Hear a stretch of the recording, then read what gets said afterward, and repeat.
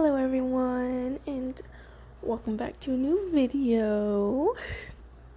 How are all of you doing today? I don't know what I'm doing. Okay, so today's fanfiction is Weak or Strong, TFP Predaking ex-reader. Goodness. And I don't even know. Let's just get right into this.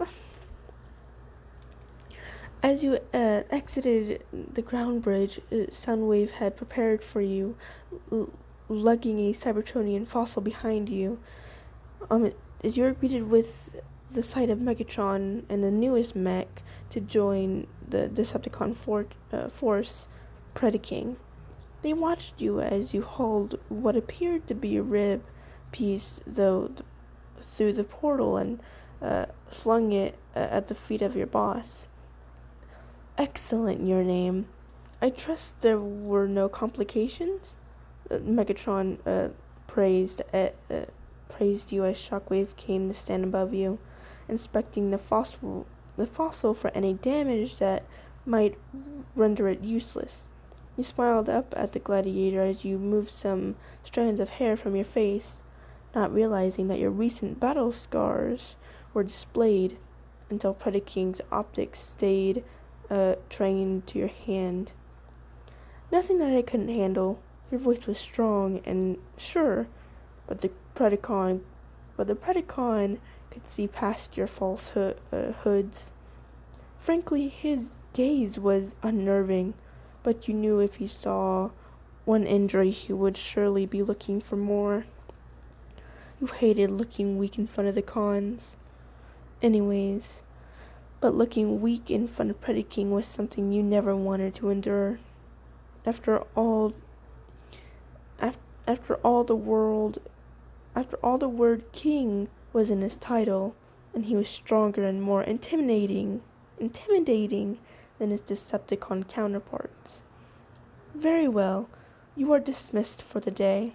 Megatron dismissed you with a wave of his servo, as you wasted no time in running to your human-sized bedroom and retrieving a first aid kit, which is what you had been using since you joined the cons. You refused to visit Knockout with your injuries, as that would show weakness, and in this world of titans and beasts, there was no room for weakness. Once your kit bag was slung over your shoulders, as you silently walked down the halls of the Nemesis until you finally came to the flight deck. Opening the door to the outside sent a wave of cool, relaxing air to your face.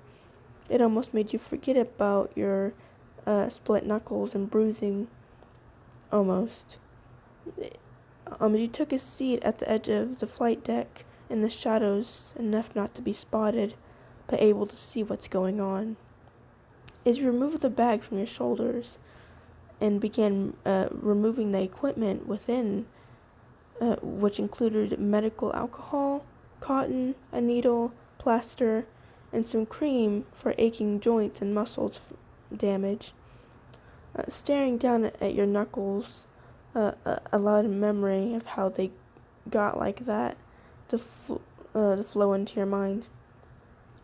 As you had retrieved the fossil and was exiting the museum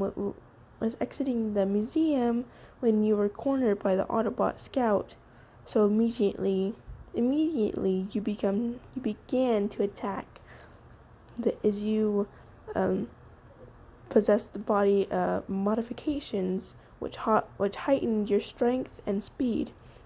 However, you were still not as powerful as the Autobots, and your soft flesh was prone to tearing on the harsh metal of their frames. As you had gotten a few punches in, though, they mainly aimed towards your stomach, where they managed to rupture a wire. They managed where you managed to rupture a wire in RC's helm, making energon leak out of her mouth. As they gave in when you held RC at gunpoint, deciding it was the best to let you win this one. As you had finished the fight with both set of knuckles cracked and peeling, a few ribs badly bruised, and a dislocated finger. "Today has just been great," you spoke sarcastically as you grabbed your dislocated finger and popped it into place with a small hiss.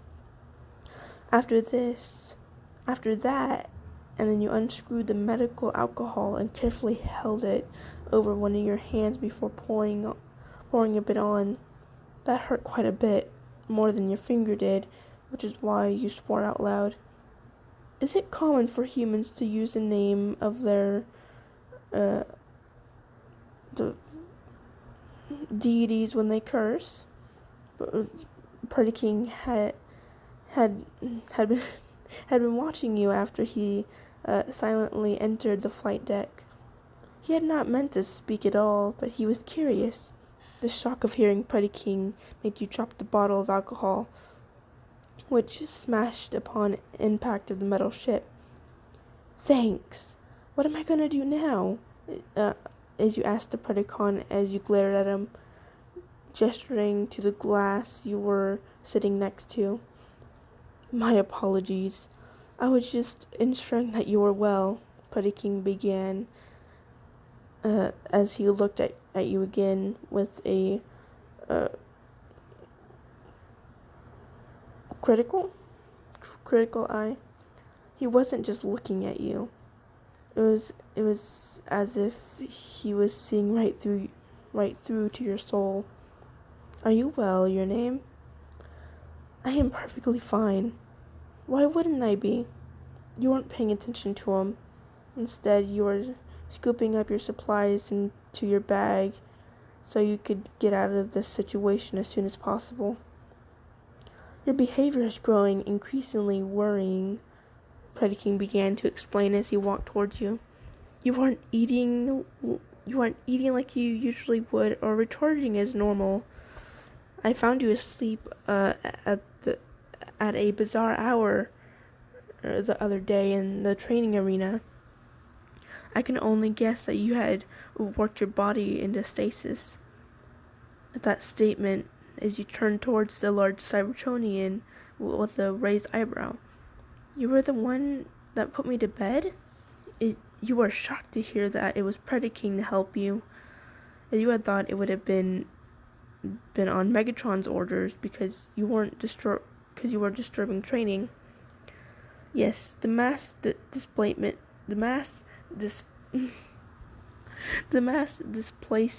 was quite difficult, to be honest." "Predaking!" Yeah, as you shouted to stop you shouted to stop him rambling. The Predacon looked down at you with his intake still slightly finished, as if he hasn't stopped speaking. "I don't need you to take care of me, okay?" As you smiled in a sickly sweet manner before turning towards the door and walked towards it. Predaking didn't seem satisfied by your reply, though, so with a grimace on his face, he easily plucked you up from the ground and held you between his thumb and his index digits. "That may be so, but I am not allowing you to leave until you explain to me why you were not looking after yourself properly." He was just adamant he was going to get some answers from you whether you liked it or not. "King, just please let me go," you pleaded first, trying to guilt him to letting you flee to safety of your bedroom. "Please cooperate. I'm only doing this because I care about your well-being." Predaking tried to soothe your frantic kicking and hitting by talking calmly, but it had almost the opposite effect when you continued your outburst. "Why do you care?" you screamed out pathetically, eyes tearing up, not just because of this, but because of the stress your body has been going through the past couple of days. "You are a king amongst mortals, a strong and kind being who can eradicate his enemies as you please. I am weak and human, nothing but a stain under your bed. Today I couldn't even defeat the weakest Autobot. No matter how much I train, no matter how much I try, I am still weak." You told him your woes before you could stop yourself. They came out like the water escaping a burst dam, quickly and unforgiving. "You think you are weak?" Predaking asked, seeming not to understand what you had told him. One of his eyebrow ridges were raised in questioning. "I know I am weak," as you scuffled in response, tears escaping your eyes before you could wipe them away. Predaking raised one of his digits so it softly rested against your cheek as he wiped your tears away. "My dear, your name," he began with a soft smile as he lifted you closer to his faceplate. "You are one of the most strongest aboard this ship." "Oh yeah? How?" Yeah, as you replied in sullen disbelief. "Before the others knew I was sentient, is you stood up to Starscream for his maltreatment of me." As he spoke, as you recalled the day you had kicked the legs from under the Seeker before hitting him across the faceplate because of the constant prods he would give Predaking. "And when my kin were destroyed, the others did not come to aid my revenge. Only you. I remember the fear in the Autobots' optics as they saw you at my side, ready to fight with me." It was the right thing to do," he mumbled out. "It was a strong thing that only a strong woman would be able to do. He got you there." The stream of tears that fell from your eyes were unable to be held back. Once again, Predaking placed his digit there to catch your tears, but you wouldn't let him. Instead, you held his digit to you, not wanting to let go. This was the most weakest you had shown to him. It was unusual for you to do this, so you needed so much comfort as possible. You felt yourself grow tired, a yawn escaping your mouth as you wrapped yourself around Predaking's servo. "How long has it been since you last recharged?" "About 36 hours. You replied sheepishly. Is your eyes already drifting close as you felt yourself being lifted until you found yourself lying on a warm, almost soft surface? As you would later found out that you slept in the crook of Predaking's neck for 10 hours straight. Don't worry, sweet spark, just rest." With those soothing words, you closed your eyes firmly and drifted to sleep. My goodness. I cannot talk today. Anyways, I hope you guys enjoyed, and thank you so much for watching.